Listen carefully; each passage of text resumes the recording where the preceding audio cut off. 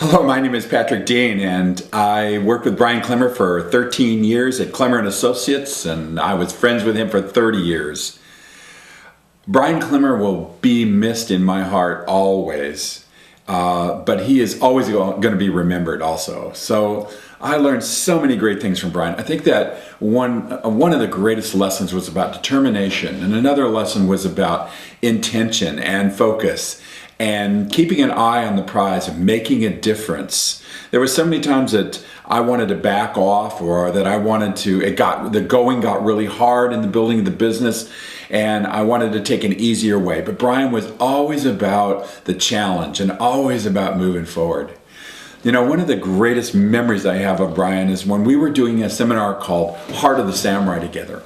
And we had 400 people in the room, and I was standing up in front of the room doing a lecture on This Is It and the game of life. And I was taking the part of This Is It, the importance of being in the moment, and the importance of authenticity, and the importance of living and connecting in the moment of experience. And here I am talking, and all of a sudden I hear from the back of the room this, ow! You know how Brian's voice was, and he came running forward and he talked about the moment of experience is great, it's wonderful, but it's the game of life, it's the game, it's the goals, it's reaching out, and it's being on the edge that really gives life its color. And you really want to be out there, and being in the moment is good, but looking forward and challenging yourself is where it's at. And we actually got in an argument in front of 400 people, and some of you might have even been there. And so we went back and forth and back and forth, and at the end of that time, when the exercise was over, I was standing in the back of the room with him. I was furious about the way that went. I didn't think that went really well. And I looked at him, and he simply looked at me and laughed and said,